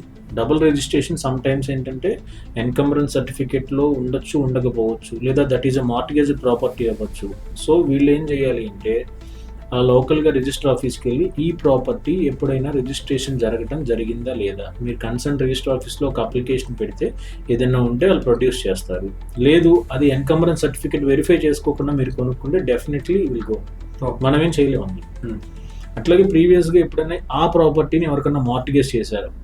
లైక్ చాలామంది ఏంటంటే అతి తెలివిగా ఒక ప్రాపర్టీ 30 lakhs వాల్యూ ఉండే ప్రాపర్టీ 15 lakhs ఒకరికి మార్టిగేజ్ చేస్తారు, సేల్ అగ్రిమెంట్ రాసేస్తారు. రాసిన తర్వాత అదే ప్రాపర్టీని ఇంకొక అతనికి అమ్ముతారు. ఇక్కడ ఏమవుతుంది, డబుల్ రిజిస్ట్రేషన్ అవుతుంది. ఈ డబుల్ రిజిస్ట్రేషన్ వల్ల ఫస్ట్ కొన్న అతను లిటిగేషన్ ఇరుక్కుంటాడు, సెకండ్ కొన్న అతను లిటిగేషన్ ఇరుక్కుంటాడు, అతను ఎక్స్కొండ్ అయిపోతాడు. సో ఈ ఇష్యూస్ అనేది రాకుండా ఉండాలి అంటే డెఫినెట్గా మీరు వెరిఫికేషన్ ఆఫ్ డాక్యుమెంట్స్ అనేది మ్యాండేటరీ. అట్లాగే ఒరిజినల్ డాక్యుమెంట్స్ నుంచి మీరు పర్చేస్ చేసే డాక్యుమెంట్స్ వరకు ఈ బౌండరీస్ అనేది చాలా చాలా మ్యాండేటరీ. షెడ్యూల్ ఇస్తారు, ఆ షెడ్యూల్లో ఎప్పుడైనా కూడా ఆ షెడ్యూల్ ఎట్లా ఉంది, షెడ్యూల్ ఎక్స్టెంట్ ఎక్కడైనా వ్యారీ అవుతుందా. కొన్ని కేసెస్లో సర్వే నెంబర్స్ వ్యారీ అవుతూ ఉంటాయి. సర్వే నెంబర్ కూడా వెరీ మ్యాండేటరీ అండి. అసలు జనరల్గా ఏంటంటే వాళ్ళు చిన్నగా ఇదే చిన్న తప్పే ఇగ్నోర్ చేయొచ్చు అంటారు. అసలు ఇగ్నోర్ చేయకూడదు. ఎప్పుడైనా ప్రాపర్టీ పర్చేస్ చేయాలంటే యాక్యురేట్ ఉండాలి డెఫినెట్గా. అది accurate survey number, accurate extend, accurate RS number, ఇవన్నీ వెరీ మ్యాండేటరీ థింగ్స్. ఇవి మనం ఏమైందంటే దానికి చిన్నదే కదా, ప్రాబ్లం ఏం లేదు, మేము హ్యాండిల్ చేస్తాం అని చెప్తారు. They cannot. వన్స్ మనం పర్చేస్ చేసిన తర్వాత వాళ్ళు ఇరుక్కుపోతారు. అట్లాగే ఇఫ్ ఇన్ కేస్ ఇట్లాంటి ఇష్యూస్లో కనుక ఎవరన్నా ఇన్వాల్వ్ అయ్యి ఉండే కనుక, ఒక మాకు అమ్మిన property already it is registered, some X అనే వ్యక్తికి అమ్మేశారు అనుకుంటే మనం రిజిస్టర్ ఆఫీస్లో కంప్లైంట్ ఫైల్ చేయొచ్చు. ఇది జనరల్గా ఎవరికి తెలియదు, ఎవరు యూజ్ చేయరు ఆ వర్డ్ని. దాన్ని ఏమంటారంటే under section 83 of the registration act రిజిస్ట్రార్కి ఒక పవర్ ఉంటుంది, ప్రాసిక్యూట్ చేసే power. Prosecution in the sense ఎవరైతే ఫ్రాడ్యులెంట్ వ్యూతో ఇంపర్సనేట్ అంటే వాళ్ళు చీట్ చేసి రిజిస్ట్రేషన్ చేసుకున్నారో డైరెక్ట్లీ రిజిస్టర్ ఆఫీస్లో నుంచి రిజిస్టర్ గారు ఒక డైరెక్షన్ ఇవ్వచ్చు, క్రిమినల్ కేసు కట్టండి వీళ్ళ మీద. సో ఇవి ఏంటంటే మనం అన్నెసెసరీగా ప్రాపర్టీస్ కొనుక్కునే ముందే వెరిఫై చేసుకుంటే ఇంత హెడేక్ ఉండదు. సో బిఫోర్ దట్ మనం వెరిఫై చేసుకుని అయినా సరే మనం ఇంకా అల్టిమేట్లీ అందులో ఉన్నామంటే మనం ఏం చేయలేము. సో ఈ ఆప్షన్ కనుక ఉంటే మనకి సెటిల్మెంట్ అయ్యే అవకాశం ఉంటుంది ఆ ఇష్యూ. అంతకుమించి ఆప్షన్. ఇప్పుడు మీరు అన్నారు సార్, వేరే వాళ్ళ దగ్గర అప్పు తీసుకున్నాం, ఏదో అగ్రిమెంట్ రాసేస్తాడు, ఏదో సొంత పేరు మీద అగ్రిమెంట్ రాస్తాడు. ఇప్పుడు వేరే వాళ్ళు పర్చేస్ చేస్తారు. సో ఈ అగ్రిమెంట్ వ్యాలిడ్ అయిద్దా? పర్చేస్ చేసి మొత్తం అగ్రిమెంట్స్ చేసేసుకుని రెవెన్యూ పరంగా మొత్తం అయిపోయితే మొత్తం ల్యాండ్ చేతిలోకి వస్తుంది. వేరే వాడికి నేను అప్పు ఇచ్చాను, నా పేరు మీద అగ్రిమెంట్ అయింది ఆల్రెడీ అని చెప్పి వాడు తీసుకొని సబ్మిట్ చేస్తారు. అప్పుడు ఏది వ్యాలిడ్ అయింది, ఏది ఎక్కువ value? Registered, unregistered sale agreement అయితే it is not having any validity. Okay. When it has registration అయితే కనుక డెఫినెట్లీ మనం అందులో ఇరుక్కున్నట్టే. జనరల్గా ఇప్పుడు కొనుక్కునేటప్పుడు ఓనర్ ఇచ్చిన అగ్రిమెంట్స్ని మెయిన్గా తీసుకుని దాన్నే వెరిఫై చేపిస్తూ ఉంటారు. So is there another way where we can get the original document? మనకు ఒరిజినల్ డాక్యుమెంట్స్ వచ్చే అవకాశం వేరే విధంగా ఎలా వచ్చా? అంటే ఒరిజినల్ డాక్యుమెంట్స్ అయితే except owner no one has power to hold that. Okay. మనం we can file a application before the registry office, నకలు అప్లై చేయొచ్చు, డూప్లికేట్ నకలు డాక్యుమెంట్స్ తెచ్చుకుంటే ఈయన ప్రొడ్యూస్ చేసే డాక్యుమెంట్స్ జెన్యూనిటీ ఉందా లేదా మనకు తెలుస్తుంది. అయినా ఇప్పుడు అంతా డిజిటలైజ్ చేసేసారు కదా sir. We can go for any SRO, any sub register ఆఫీస్లో అయినా మనం దాన్ని ఎంక్వైరీ చేసుకోవచ్చు. ఆ particular survey number, particular details of the extent of land, అట్లాగే ఆ మండల్ ఏదైతే మనం చెప్తే వాళ్ళు కొట్టి చూస్తారు. బట్ లీగలా ఇల్లీగలా అంటే మనం కొనుక్కోవాలనుకున్నప్పుడు మనం ఖచ్చితంగా లీగల్గానే వెళ్ళాలి. లీగల్గా వెళ్ళకపోతే ఫైనల్లీ వీ లాస్ట్ దట్. మనకున్న అమౌంట్ మనం అంత ఇన్వెస్ట్ చేసి పెట్టేటప్పుడు మనం నష్టపోతాం. ఇప్పుడు మనకి మోస్ట్ ఆఫ్ ది కేసెస్లో నేను అబ్జర్వ్ చేసింది ఏంటంటే విజయనగరం, శ్రీకాకుళం, విశాఖపట్నంలో ఒక్కొక్క ప్రాపర్టీ 3 to 4 times రిజిస్టర్ అయ్యి ఉన్నాయి. ఇవే కేసెస్ మేము కూడా చూసేది. బట్ వాట్ హ్యాపెన్ అంటే we cannot go for ground reality. అక్కడ ఎట్లా ఉంటున్నారు అనేది అర్థం కావట్లేదు నాకు కూడా. చాలా కేసెస్ చూసి ఈవెన్ గవర్నమెంట్ అంటే ఆఫీసర్స్ నేనేం అనట్లేదు, but in some cases officers also given NOC private lands they can purchase. Okay, MRO no లేకపోతే ఒక district collector, sub collector, when they given an NOC to purchase a property which is belongs to some other ex serviceman or grant of patta ఉన్నప్పుడు, even recently I got a case. I was shocked to know that how can the officers give an NOC? It's pure private case. So అట్లాంటి issues ఉన్నాయి, but we can only go for a court except for granting of any relief. మనం ఏం చేయలేము ఆ కేసెస్లో, wait చేసి result కోసం చూడటం. As a person from Amaravati region, what do you feel about the Amaravati capital? ఎట్లా ఉందంటే sir, it is a very beginning stage, అంటే నసెంట్ స్టేజ్ అంటాం, nothing but it will take some more time for development. No one will having ఎట్లా అంటే even నా ప్రొఫెషన్లో చూసుకున్నా కూడా బిగినింగ్లోనే నేను సీనియర్ అడ్వకేట్ అవ్వాలంటే I cannot. At the same time when it comes to development of N area, బిగినింగ్లోనే అది డెవలప్ అయిపోవాలి, డెవలప్మెంట్ నాకు డే టు డే కనిపించాలంటే it will take some time. We have to wait. అట్లాగే మనం ప్రీవియస్గా when compared the previous years చూసుకుంటే, అంటే నేను ఎవరిని డిస్ప్యూటెడ్ చేయట్లేదు, న్యూట్రలైజ్గా చెప్తున్నాను అంతే. I'm not a political person firstly. But నా వ్యూలో ఏంటంటే అట్లీస్ట్ ఒక 4 to 5 yearsలో సమ్ ఎక్స్టెంట్ వరకు వెళ్తే మనం కూడా బెనిఫిట్ అవ్వాలి. ఇప్పుడు అమరావతి అనేది it belongs to entire AP. Like నేను ఎవరిని పొలిటికలైజ్గా మీది నాది అని నేనేం చెప్పట్లేదు. When we are having some will power, ఈ అమరావతిని డెవలప్ చేయాలి అంటే every state has some misuse of power sir. Power misuse అవ్వకుండా ఏది డెవలప్ అవ్వదు. మిస్యూజ్ జరుగుతూనే ఉంటుంది. సబార్డినేట్ ఆఫీసర్స్ సబార్డినేషన్స్లో చేస్తూనే ఉంటారు. ఎమ్మెల్యేస్ ఉంటారు, ఎంపీస్ ఉంటారు, ఎక్స్ఎమ్మెల్యేస్ ఉంటారు, ఎక్స్ఎంపీస్ ఉంటారు. అందరూ కూడా జెన్యూన్గా ఉంటారని మనం చెప్పం. అలాగే అడ్వకేట్స్లో అయినా జడ్జెస్లో అయినా ఎవరైనా there is no genuinity here. But మనం ఎంతవరకు వెయిట్ చేసాం. అట్లాగే ఇది ఇప్పుడు అమరావతి డెవలప్మెంట్ అనేది కొంతమందికి నచ్చవచ్చు, కొంతమందికి నచ్చకపోవచ్చు. బట్ అల్టిమేట్గా ఇది కనుక డెవలప్ అయితే ఏపీకి ఒక రికగ్నైజేషన్ అనేది ఉంటుందని నా ఒపీనియన్ అంతే. బట్ అది అయితేనే బాగుంటుంది, అవ్వకపోతే బాగోదు నేను అట్లా. ఇండిపెండెంట్గా దెర్ ఈస్ సర్టెన్ డెవలప్మెంట్స్. అన్ని స్టేట్స్, ఇప్పుడు మనకు అన్ని డిస్ట్రిక్ట్స్ డెవలప్ అవ్వాలనేది మన హైలీ ఇంటెన్షన్. ఎందుకంటే after separation from Telangana we have lost several things. మనకి చాలా వరకు మనం నష్టపోయాం. It is very beginning stage now. మనకి 2014 నుంచి మనం సపరేట్ అయిన తర్వాత ఇప్పుడు ఏ స్టేజ్లో ఉన్నాము, తర్వాత ఇంకా ఫ్యూచర్లో కాస్ట్ ఆఫ్ లివింగ్ పెరిగిపోతుంది, కాస్ట్ ఆఫ్ ల్యాండ్ వాల్యూ పెరిగిపోతుంది. ఈవెన్ మనం కేసెస్లో చూస్తున్నాం. ఇప్పుడు ఆ కరకట్ రోడ్లో కొంతమంది రోడ్డు కావాలని ఖచ్చితంగా గొడవ చేస్తున్నారు. కరకట్ రోడ్ చాలా చిన్నగా ఉంది. అట్ ద సేమ్ టైం కొంతమంది మా ల్యాండ్స్ ఇట్లా ఇల్లీగల్గా వచ్చి డెమాలిష్ చేస్తున్నారు, ఎవిక్ట్ చేస్తున్నారు అంటారు. But we cannot say anything. Land acquisition proceedings ఉంటాయి, ల్యాండ్ ఎక్విజిషన్ చేయాలి, డైరెక్ట్ పర్చేస్ చేయొచ్చు, ఇట్లా సెవరల్ థింగ్స్ ఉన్నాయి. బట్ ఏదైనా ఒక డెవలప్మెంట్ అవ్వాలి అంటే ఖచ్చితంగా ఒక ల్యాండ్ మనం తీసుకోవాల్సిందే. తీసుకోకుండా there is no question of any development. ఇప్పుడు మెయిన్గా జనం ఫీల్ అవుతుంది ఏంటంటే ఆల్రెడీ ల్యాండ్ అక్వైర్ చేశారు 5 years బ్యాక్. ల్యాండ్ అనేది అక్వైర్ చేశారు. ఇప్పుడు ఆల్రెడీ సెకండ్ ఫేజ్ అని చెప్పి స్టార్ట్ చేసి ఇంకా అక్వైర్ చేస్తున్నారు ఈ డెవలప్మెంట్ కాకుండానే. So what you feel from your perspective? అంటే ప్రీవియస్గా when compared to the initial issue అనుకుంటే కనుక అప్పుడు previous some alignments are there. Road axis కానీ మనకి ఇప్పుడు present some alignments, new alignments చేయడం జరిగింది. రోడ్ యాక్సిస్ పెంచడం జరిగింది. ఈ రోడ్ యాక్సిస్లో మనకి ఒక ORR type of road plan చేయాలి అన్నా, లైక్ డైరెక్ట్ గుంటూరు యాక్సిస్ నుంచి వేరే సిటీస్ని కనెక్ట్ చేయాలి అన్నా, అది డైరెక్ట్గా మనకు ఉన్న రోడ్ సఫిషియెంట్ కాకపోవచ్చు. ఇప్పుడు మనకి ఎట్లా ఉందంటే సార్, సర్టెన్ కంపెనీస్కి అట్లాగే సర్టెన్ బ్యాంక్స్కి సర్టెన్ వేరే ఆర్గనైజేషన్స్కి ల్యాండ్ అలాట్ చేసినవి ఇచ్చారు. ఎందుకంటే only for the development of the particular capital region area ఇచ్చినప్పుడు it is up to them. ఇమీడియట్గా దాన్ని కట్టచ్చు లేదా టైం టేకింగ్. ఇప్పుడు మనం సీడ్ యాక్సెస్ రోడ్లో చూస్తే బ్యాంక్ ఆఫ్ బరోడా కానీ లేదా ఇండస్ఇండ్ బ్యాంక్ లైక్ ఎస్బీఐ కానీ ఆర్బీఐ కానీ certain lands given to them. So అవి ఏంటంటే ఇచ్చిన తర్వాత ఇమీడియట్గా వాళ్ళు కన్స్ట్రక్షన్ చేయొచ్చు, లేదా it will take some time అవ్వచ్చు. అట్ ద సేమ్ టైం మనకి ఇఫ్ ఇన్ కేస్ అది కంప్లీట్ అయిపోయిన తర్వాత ఆ యాక్సిస్ అనేది ఇంత ఫిజిబుల్గా ఉండదు. Once they are completely occupied అయితే ఆ రోడ్డు ఇప్పుడు ప్రజెంట్ మనం ఏంటి అసెంబ్లీకి వెళ్ళాలన్నా, కోర్టుకి వెళ్ళాలన్నా, ఏపీ సిఆర్డీకి వెళ్ళాలన్నా ఒకటే రోడ్ మనం యూజ్ చేస్తాం. ఇఫ్ ఇన్ కేస్ అక్కడ కనుక కంజెస్ట్ అయితే రేపొద్దున మనకి యాక్సిస్ ఉండాలి ఖచ్చితంగా.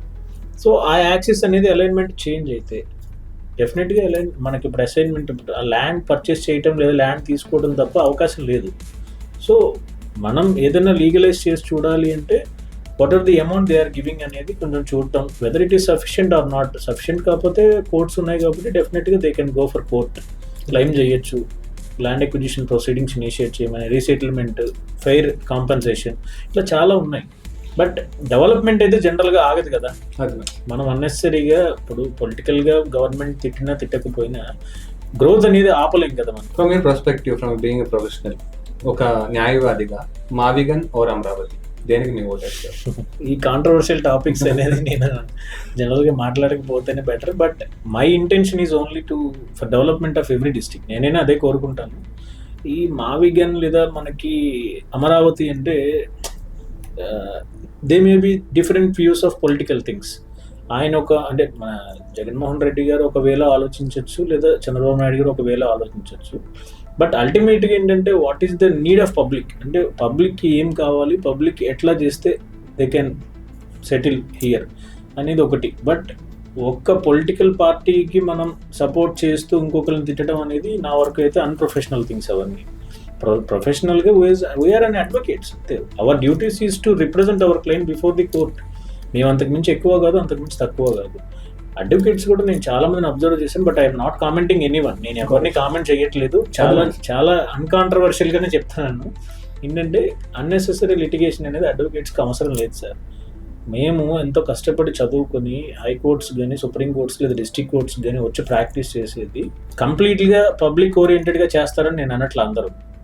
But most of the thing ఏంటంటే పబ్లిక్ ఓరియంటెడ్గా మేము మా డ్యూటీ చేసిన తర్వాత డెఫినెట్గా పబ్లిక్ని మేము ప్రొటెక్ట్ చేయాలి from way of any illegal or irregularities happen. అది మా డ్యూటీ తప్ప మోర్ దెన్ దట్ మనం పొలిటికల్ బెనిఫిట్ కోసం ఇట్లాంటి చేయడం అనేది not acceptable. The same time మీరు అడిగిన విషయం ఏంటంటే అది ప్యూర్లీ పొలిటికల్ ఇష్యూ. ఆయన ఒపీనియన్ లేదు sir, I would say it's a common మనిషిగా అంటే జనరల్లీ ఆయన పర్స్పెక్టివ్ లో it may be Vijayawada, Guntur, next మనం మచిలీపట్నం ఏంటంటే they are somewhat developed cities కాబట్టి అట్లా తీసుకుంది అని అనొచ్చు ఆయన. But here it the case ఇప్పుడు మనకి ఒక 100 acres లో ఒక ఎస్టాబ్లిష్మెంట్ జరగాలి. It can only happen in Amaravati. మనం వేరే డిస్ట్రిక్ట్ లో చేయలేము అది. ఇక్కడ అనుకోండి ఫ్రమ్ ది బేసిక్ థింగ్స్ అంటే గ్రౌండ్ నుంచి కూడా స్టార్ట్ చేస్తే అల్టిమేట్ గా అది కంప్లీట్ అవుతుంది. Maybe it will take more than 5 years, 10 years. We cannot expect కదా. There is no state funds కూడా లేవు. ఫండ్స్ ఇప్పుడు మన లోకేష్ గారు కానీ ఎవరన్నా కూడా they are going for collecting funds. అంటే ఎక్కువ కంపెనీస్ని ఇన్వైట్ చేస్తే ఆటోమేటిక్గా ఇన్వెస్ట్మెంట్స్ పెరిగితే గ్రోత్ ఎక్కువ ఉంటుంది, ఎంప్లాయ్మెంట్ అనేది ఎక్కువ ఉంటుంది. నా ఫస్ట్ థింగ్ ఏంటంటే సార్ నేను చాలా అబ్జర్వ్ చేసిందంటే అన్ఎంప్లాయ్మెంట్ ఉండటం వల్లే ఈ సోషల్ మీడియాలో చాలా ఇష్యూస్ అనేది రైజ్ అవుతాయి. Whenever the person who is having that mind set ఉన్నప్పుడు, వాళ్ళు బిజీగా ఉన్నప్పుడు వాళ్ళ వర్క్లో అసలు ఈ ఇష్యూస్ ఏమీ రావు. వాళ్ళకి వర్క్ లేకపోవడం వల్ల ఈ మీడియాలో కూర్చొని, మీడియా అంటే ఇన్ ద సెన్స్ సోషల్ మీడియాలో కూర్చొని ఒక పోస్ట్ పెడతారు, అది చూసి 10 మంది కామెంట్స్, దాంట్లో ఆ 10 మంది కామెంట్స్ ఇంకొక 20 మంది షేర్ చేయటం, ఫేస్బుక్ అని, వాట్సాప్ అని, ఇన్స్టాగ్రామ్ అని, యూట్యూబ్ అని. సో ఇట్లా నెంబర్ ఆఫ్ థింగ్స్ పెరిగిపోయినాయి. అన్ఎంప్లాయ్మెంట్ తగ్గితే ఈ ఇష్యూస్ కొంచెం సార్ట్ అవుట్ అవుతాయి అనేది నా ఒపీనియన్, అంతే. విజయ్ మాల్యా, నీరవ్ మోదీ ఇలాంటి వాళ్ళందరూ ఎన్నో కోట్ల రూపాయలు తీసుకొని వేరే దేశాలకు వెళ్ళి ఉంటున్నారు. కానీ still India is failing. India అనే ఒక ఎంత వరల్డ్లో అంత పెద్ద పొజిషన్లో ఉండి కూడా వాళ్ళని ఇండియాకి తీసుకురాలేకపోతున్నారు. దీనివల్ల రీజన్ ఇక్కడ మేజర్ డ్రాబ్యాక్ ఏంటంటే sir, whenever a case was registered against the tycoons of business అనుకుంటే కనుక వాట్ ఆర్ ద ల్యాచెస్ మనం ముందు అబ్జర్వ్ చేయాల్సింది, ద ఇన్వెస్టిగేషన్ ఏజెన్సీ అయింది, లేదా ఇప్పుడు స్టేట్ బ్యాంక్ లేదా ఆర్బీఐ బ్యాంక్ ఎవరైనా లోన్ తీసుకున్న వాళ్ళు ఎందుకు వాళ్ళు ఇమీడియట్గా స్టెప్స్ ఇనిషియేట్ చేయలేదు. ఇప్పుడు లోన్ తీసుకుంటారు సార్, ఒక కామన్ మ్యాన్ 40 lakhs మార్టిగేజ్ పెట్టి ఒక హౌసింగ్ లోన్ తీసుకుని if he was defaulted in payment with in 3 months అయితే కనుక ఇమీడియట్గా అండర్ సెక్యూరిటైజేషన్ యాక్ట్ నోటీస్ ఇస్తారు, డిమాండ్ నోటీస్ ఇస్తారు. అతని నోటీస్ ఇచ్చిన తర్వాత ప్రాపర్టీని ఆక్షన్ చేయడానికి సెకండ్ నోటీస్ ఇస్తారు. లేదు అంటే కనుక అతని ప్రాపర్టీని సీజ్ చేయడానికి అడ్వకేట్ కమిషనర్ని అప్రోచ్ అవుతారు under section 14. There is certain procedure also. But when it comes to this type of kind of people, వాళ్ళు ఎందుకు ఇనిషియేట్ చేయలేదు ఇమీడియట్గా అంటే, ఇప్పుడు కామన్ మ్యాన్కి అయినా కూడా ఈ ప్రొసీజర్ ల్యాప్సెస్లో అయ్యి మోర్ దెన్ 2 years 3 years అతను పేమెంట్ చేయకపోయినా, డిఫాల్ట్ అవుతున్నా సరే తెలిసి కూడా ఇగ్నోర్ చేస్తే ఇతనే వెళ్ళిపోతాడు ఇండియాలో నుంచి. వెళ్ళిపోయినప్పుడు మనం ఎవరి మీద ఇనిషియేట్ చేస్తాం? నోటీస్ అనేది డెఫినెట్గా హీజ్ నాలెడ్జ్ ఉండాలి, మ్యాండేటరీ రూల్స్. మనం నోటీస్ ఇచ్చినప్పుడు అది రిసీవ్ చేసుకోవాలి. అతను రిసీవ్ చేసుకోకపోతే ఎగ్జిక్యూట్ అవ్వదు. ఇన్ ఆబ్సెన్స్ ఆఫ్ హిమ్ ఎట్లా ఎగ్జిక్యూట్ చేస్తాం? అట్ ద సేమ్ టైం వీళ్ళు ఎంత అమౌంట్ ఇవ్వాలి అసలు వాళ్ళకి ఎప్పుడైనా కూడా ఒక మనం 30 lakhs లోన్ ఇచ్చామంటే అరౌండ్ 60 to 70 lakhs ఉన్న ప్రాపర్టీని వాళ్ళకి మార్టిగేజ్ చేస్తాం. ఇఫ్ ఇన్ కేస్ వాళ్ళు రాలేదంటే మీరు ఆప్షన్ సేల్ చేసుకుని పెట్టేసుకోవచ్చు కదా. సో వాళ్ళ ప్రాపర్టీస్ ఏమో సఫిషియెంట్గా లేవు, లోన్స్ ఏమో ప్రాపర్టీస్ చూస్తే 200 crores ఉంటాయి, లోన్ వచ్చి 5,000 ఇచ్చి ఉంటారు, ఎట్లా ఇస్తారు? డెఫినెట్గా వాళ్ళ మిస్టేక్ ఏది. అట్లాగే ఏజెన్సీస్, ఇప్పుడు మనకి ఇక్కడ మేజర్ డ్రాబ్యాక్ ఏంటంటే Indian laws are entirely different from foreign laws. మన ఇండియాలో వీ కెన్ ఎవరైనా క్యాచ్ చేయొచ్చు అక్యూజ్ని, అతన్ని అరెస్ట్ చేయొచ్చు, పెట్టుకోవచ్చు. But when he was leaving India and he was not there in India అయితే definitely foreign laws will obstruct us. మనల్ని అవి ఆపుతూ ఉంటాయి. There is foreign policies. అక్కడ సిటిజన్ అంటే is having some citizenship or not, I don't know. But when it comes to arresting of an accused in other countries అయితే ఇంకా there are certain procedures. We have to follow that procedure at first. వాళ్ళు permission తీసుకురాకుండా మనం తీసుకొచ్చాం అనుకోండి, war అయిపోతుంది అక్కడ. The businessmen are smart and the latch is on the part of the bank. I'm questioning the bank. Initial గా మీరు ఇచ్చారు, అతను అబ్స్కాండ్ అయ్యే వరకు టైం ఇచ్చారు, అతను వెళ్ళిపోయిన తర్వాత మీరు ఇప్పుడు అతను వెళ్ళిపోయాడని గొడవ చేస్తున్నారు. It is completely pure. అర్థమవుతుంది కదా డెఫినెట్గా అది వాళ్ళ నెగ్లిజెన్స్. అది కామన్ మ్యాన్ యొక్క డబ్బులతో నడుస్తున్నాయండి బ్యాంక్స్ అన్ని. ఎంత ప్రొటెక్టివ్గా ఉండాలి వాళ్ళు. 5,000 crores అంటే చిన్న విషయం. అది ఎంత బర్డెన్ అవుతుంది ఒక పబ్లిక్ కానీ ఒక కామన్ పీపుల్కి కానీ. సో ఈ బర్డెన్స్ అన్ని ఎట్లా అంటే అది ఒక వ్యక్తి తప్పించుకున్నాడు అంతే. అతను ప్రాపర్టీస్ పోనీ అట్లీస్ట్ అవి ఆప్షన్ సేల్ చేసినా సరే అవి రికవర్ అవ్వవు కదా.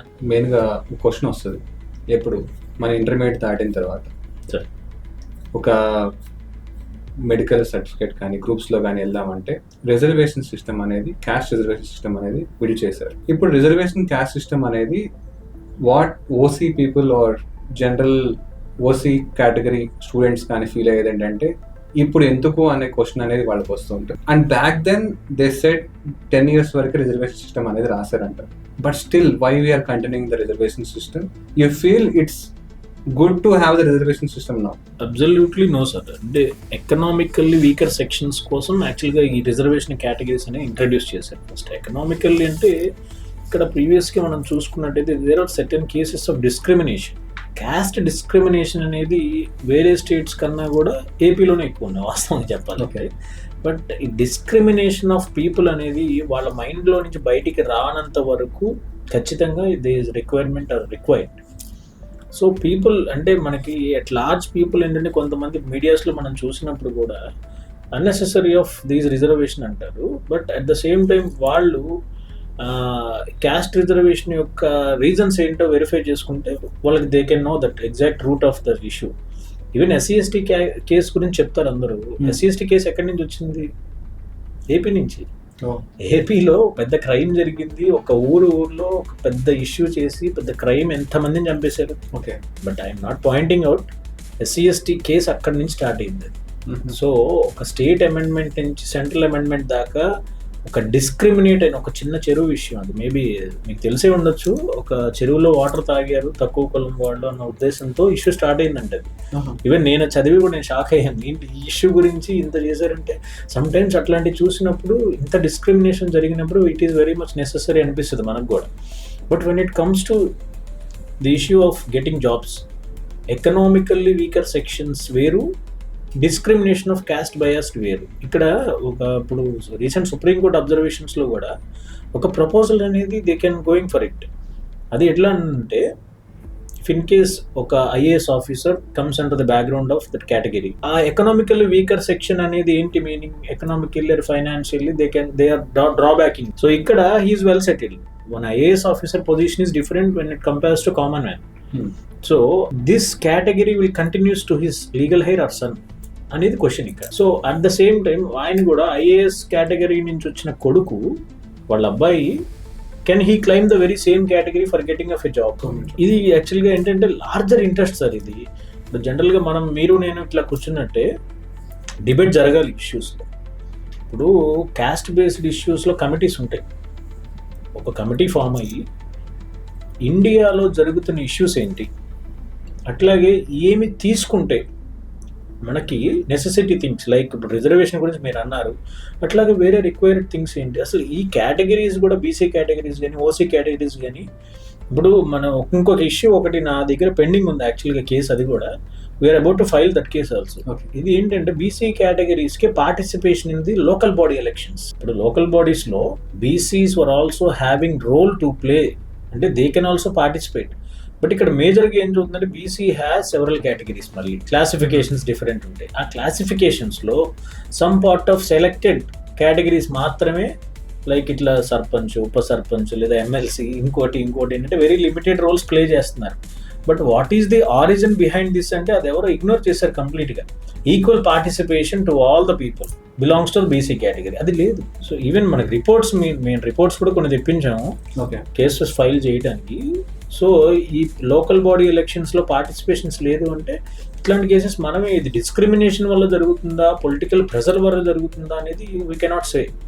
But it is complete clear ignorance of law. మాకు నాక్ డేతోనే కనబడుతుంది అది. It is a pure ignorance. How can, so అది అల్టిమేట్లీ వీ కెన్ క్వశ్చన్. అంటే ఇట్లాంటివి అన్ని కోర్ట్స్ డీల్ చేయాలి అంటే ఇట్ కెనాట్ హ్యాపెన్ సార్. అక్కడ కూడా ఏంటంటే ఒక కమిటీ ఫామ్ చేసి ఆ కమిటీ తీసుకున్న డెసిషన్ ద్వారానే అది బీసీ కేటగిరీస్ అందరికి ఈక్వల్ ఆపర్చునిటీ అన్నారు. ఇక్కడ కూడా ఏంటంటే when a committee form, retired IAS officer ఉన్నారు, retired IPS officers, retired chief secretaries ఉన్నారు, చాలా మంది ఉన్నారు. ఇట్లాగా బాగా వెల్ ఎడ్యుకేటెడ్ పీపుల్స్ ని తీసుకుని ఒక కమిటీ ఫామ్ చేసి what is the people need తెలుసుకుని డిబేట్ చేయండి. యంగ్ పీపుల్ ఎవరైతే ఇప్పుడు ఇనిషియేట్ తీసుకుని ఇప్పుడు ఒక కాక్రోచ్ జనతా పార్టీ అని చెప్పి చూస్తున్నాం మనం. So they are not the real fighters. True sir. They are just attention seekings. They are seeking only attention. Social media handle లా చేస్తున్నారు మొత్తం. అయిపోయింది సార్ అది. మనం ఏం చేస్తాం అంటే ఇప్పుడు these are all responsible people, they are talking against the highest cadre people of the India. మనం అట్లాంటి డెసిషన్ తీసుకున్నప్పుడు మనం ఏంటి, at least we're fighting for a cause అన్నప్పుడు it should be in a legal manner. పొలైట్గా ఒక ఫైట్ చేయి, ultimately it will definitely success. అది క్లియర్ మైండ్ సెట్ ఉండాలి సార్ దానికి. ఇప్పుడు అది ఫెయిల్ అయింది సార్. సిజిఐ అనేది అల్టిమేట్ ఫెయిల్యూర్ అది. ఎందుకంటే మొన్న వెస్ట్ బెంగాల్లో ఓడిపోయిన పార్టీతో వెళ్ళి మళ్ళీ స్టేజ్ షేర్ చేసుకున్నారు.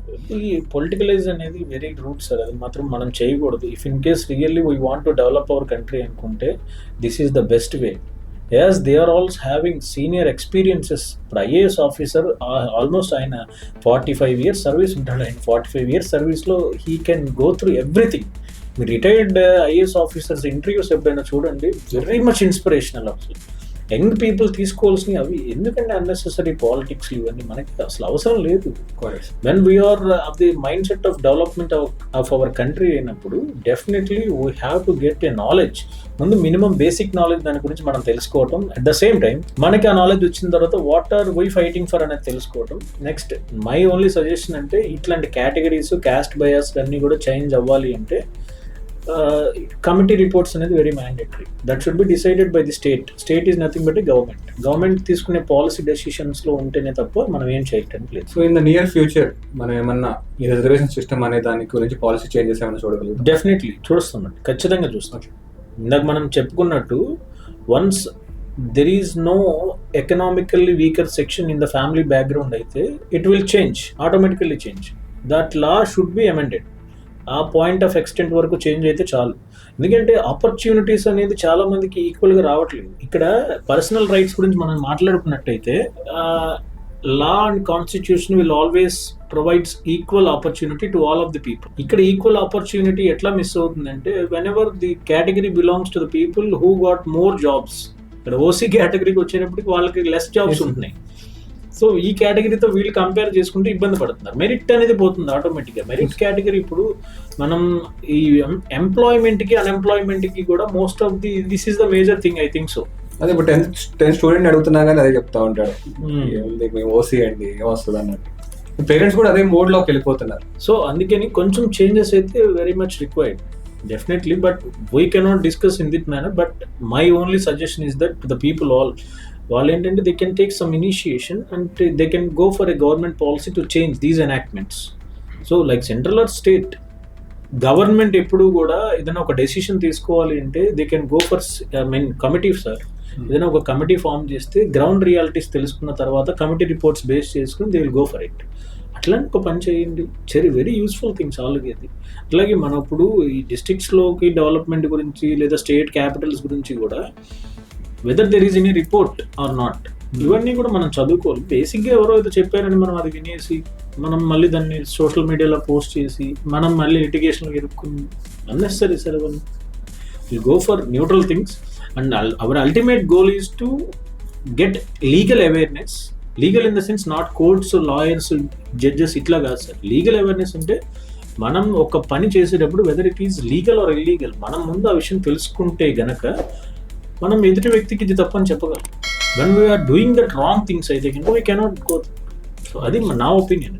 సో ఏదైనా ఒక చేంజ్ కావాలి అంటే అల్టిమేట్లీ సోషల్ మీడియా అనేది never change anything. Thank you so much for being here, sir. It's a great pleasure to see you here. It's a nice meeting you. Yes, sir.